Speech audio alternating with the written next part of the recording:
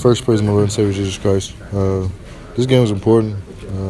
Numerous reasons, obviously, seeding for us, but being able to get a win before the playoff start is always good. Getting some momentum, some rhythm. You know, messing with lineups, coach is going to more than likely play in the playoffs, and trying to just make sure you get a good rhythm. You know, have a good feel for the ball, and go out there and play hard and compete. What did you guys do defensively in that second half to really kind of change the tide of this game?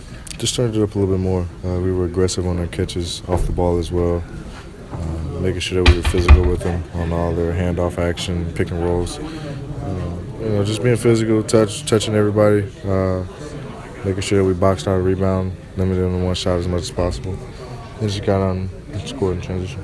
Knowing that, going to the playoffs, one of the concerns for them is scoring because they just lost Kyrie. They're very good defensively. Can you take something from that second half? Like if you guys match up to them, you kind of saw what you guys can do potentially to limit them? For sure. You know, and there's a lot of things we take from him. Like we can't let Jalen get going early on like that. You know, he's a guy who can score the ball in a variety of ways, and his three-point shot's gotten a lot better. So what we did on him in the second half was, you know, what we should have been a reflection of what we did in the first half. But, you know, I think it's definitely a testament to what we're capable of doing. And you know, if we end up seeing them, you know, in the playoffs, you know, I think we have an idea in mind of how to play them. Brad, how would you compare your legs at the end of the season compared to maybe past seasons? I was a little tired this year, probably, maybe for obvious reasons, but at the same time, I feel good. Like there's no injury problems or any nagging injuries. You know, it's just soreness here and there that, you know, goes away with time, and, you know, constantly doing my routines and recovering the right way. So, you know, my body feels good. You know, I'm happy that I was able to play the whole year, you know, play every game up to this point, and you know, my body feels good, and hopefully moving forward to stay that way. Bradley, in the back of your mind, is it sort of an anxiety for you to all to creep up in the standings in the Eastern Conference, or is it just No, not really. It's kind of crazy because it's kind of, we control our own destiny in a way, but we really don't. But you really don't. You know, we need other teams to win, lose, whatever. But you know, at the end of the day, I always say, you know, wherever the chips fall, you know, we gotta come out and compete, regardless of who we play first, second, third, wherever we land. You know, so it's important that we just, you know, take care of these last couple of regular season games and, you know, have some good momentum going into the playoffs, regardless of what happens. I missed the last part of your answer to Neil. As far as you're concerned, you're playing tomorrow? I haven't talked to Coach, but I'm going in with the mindset that I am, yes. 7 early points for you in the fourth quarter there to help turn a 3-possession game into a double-digit cushion. What was opening for you? What were you able to take advantage of in that? Just have to be more aggressive, you know, especially when I'm one of the only starters out there. You know, I have to be a little bit more aggressive. See, we weren't really scoring. You know, they were kind of going on the run a little bit, so just took what they gave me. Had some threes, getting to the basket, knocking down some easy ones, getting to the free throw line, and getting a good rhythm that way. Coach has talked a lot recently about how he'd like to see Kelly improve a little bit on defense, but after today's game, he praised the way he defended Jaylen Brown. Between that and threes he hit at the end of the game, you think that could kind of sign some encouragement as he tries to break out of this slump into the playoffs? Sure. Yeah, you know, we just need Kelly to be Kelly. He's our best defender. He's a true competitor. He's a winner. And that's somebody that you always want to go to war with, you know, and he understands that when he's active defensively and doing everything we need him to do, you know, we're a great team. And we try to make it simple for him on the offensive end and, you know, put him in positions to score and just knock down some easy shots. And whenever he's doing that, you know, we're definitely a tough team to beat, especially with Otto being out. You know, he has to step up. a heck of a game tonight, having a career high 5,000 assists? Tell me, how does that feel for you tonight? It's great. It's an honor. I feel like I could have beat it a long time ago. I've just been injured a lot of times. But give a lot of credit to my teammates. Without those guys setting me up and those guys being able to knock down shots, I wouldn't be able to reach that milestone. Scott was saying the importance of this game for you guys to start playing basketball, doing the right things. How did it feel for you? Well, it felt great. I think we did a great job moving the ball. I think early on we let Jaylen Brown get too comfortable. in the first quarter, and luckily we was able to slow them down. But we turned up a little bit and started playing better, moving the ball, guys knocking down shots, except for a couple of careless turnovers I had of just trying to make reads that I should have scored the ball in. I think we did a great job. It doesn't sound like you're going to play tomorrow, so this is essentially the last dress rehearsal. What do you think you guys can tell about yourselves going into the playoffs? Well, it's simple. We know we're a team that when we move the ball and we play team defense and do the little things and like that, and we're making shots, we're a great team. The problem with us is we're not making shots. We still have to play defense at a high level, and that's something that we have to figure out and that we should already know and understand what our team is. It's not a new written book for us, but it's just we got to go out there and do it. There was some times you were on Jalen in the second half, and Scott credited Kelly for doing a better job. But what specifically did you guys do to slow him down? No, I think just run them off the three-point line. I think a lot of times we gave them a lot of catch and shoot threes. We gave one more, I think, in the fourth quarter in the corner in front of their bench. But other than that, we try to make it tough, try to make him make plays out the dribble and make it tough for him. Early on, he made some tough shots, but he was getting whatever he wanted and getting to wherever he wanted to. What stands out about how you guys have matched up against them, knowing that you could see them again?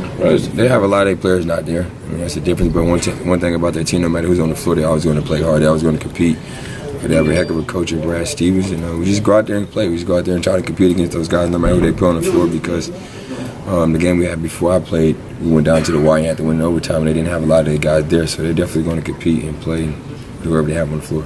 Tomorrow, how do you carry on this momentum going against Orlando? Just close it out. Just try to get one more win. We basically can't control our own destiny. We don't know what other teams are going to do, if they're going to win or how the outcome is going to be, but all we can do is control our own. That's going to take care of business and try to win one more game.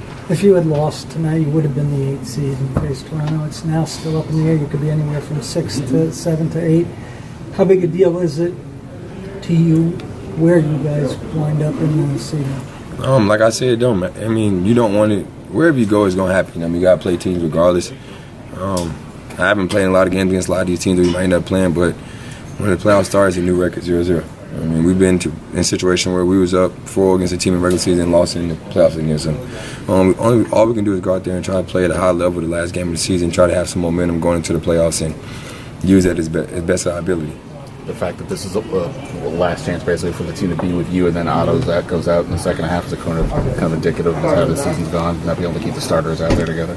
Yeah, something waiting, but like we always say, it's tough. This game is, you play it to play hard and give everything you have, and you can't really control injuries or what things happen. And there's always the next man up. Cal came in, did a great job defensively and pushing the pace for us and just doing little things, and that's what we're going to need if OP can't be there for us.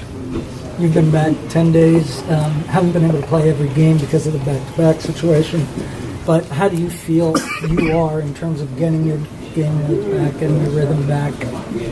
I feel great.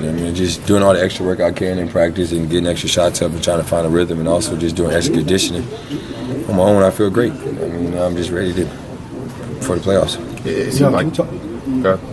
You mentioned about the physical aspects. How are you feeling mentally, or how do you get the team mentally prepared going into the playoffs? Everything I basically said. We know what type of team we have to be. We know the intensity is going to be a lot louder. The atmosphere is going to be more crazier, more physical games.